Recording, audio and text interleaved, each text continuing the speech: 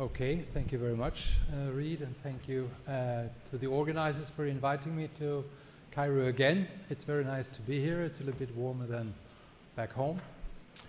I will expand what Rachel just told us. So whatever she said, that also applies to a juxtarenal aortic aneurysm. But in order to just define what we mean with the juxtarenal aortic aneurysm, I want you to pay attention to this figure, where you can see that the juxtarenal aortic aneurysm goes up to the renals, but not above the renals, which means that you cannot clamp below the renals. You have to go either between the renals or above the renals.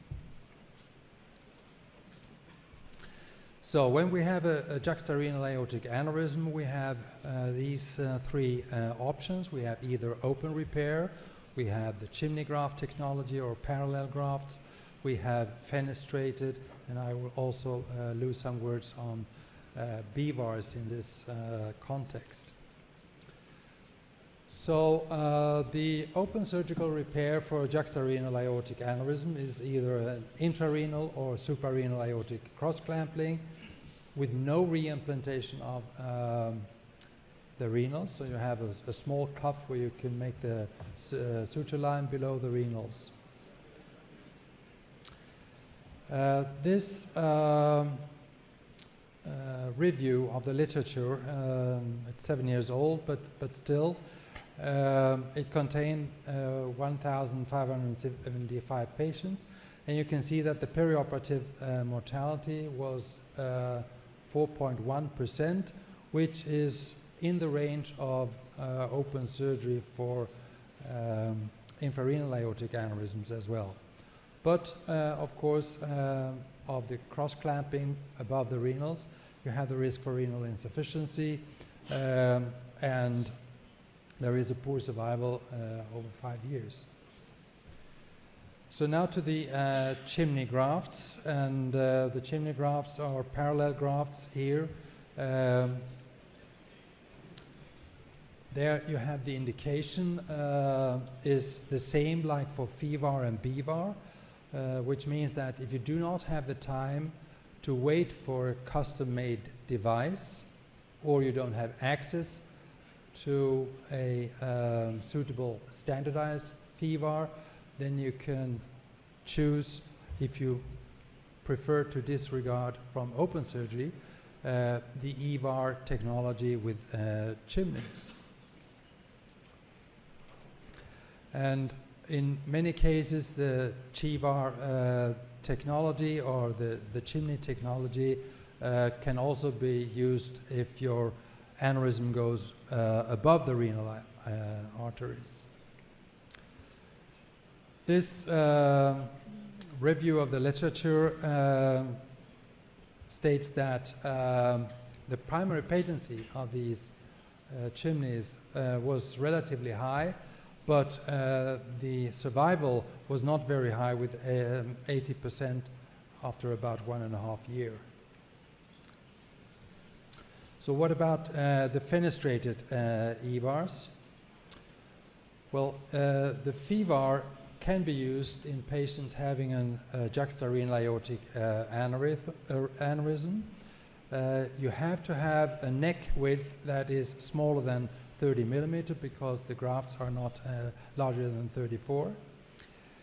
You cannot use a BVAR for a juxtarenal aortic aneurysm because it needs to be a slim, not thigh, belly, because you need to have a space for the branches and for the cannulation. So BVAR for juxtarenal aortic aneurysms is not actually possible. The FIVARs are better than using an EVAR outside instructions for use, and I will show you some data on that later on.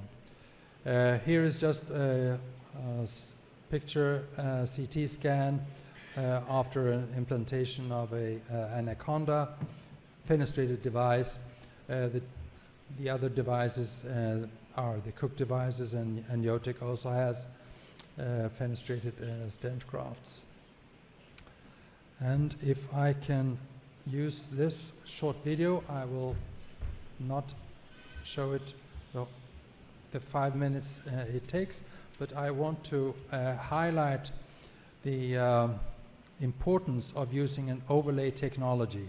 Now, the overlay technology here, you can see the depicted aorta, and then we can correct the fluoro so that the picture comes with an overlay technology. And here you can see the fenestration. Oh, it stopped running, or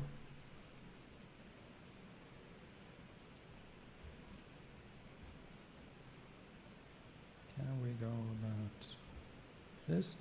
And then you can see that it's easy to know that you are in the right place when you are cannulating the renal arteries, like in this place.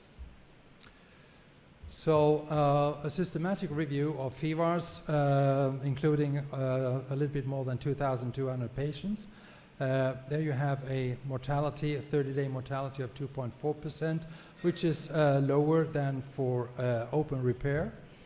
And the follow-up related, aneurysm-related mortality was relatively low, but a re-intervention rate of about 12%.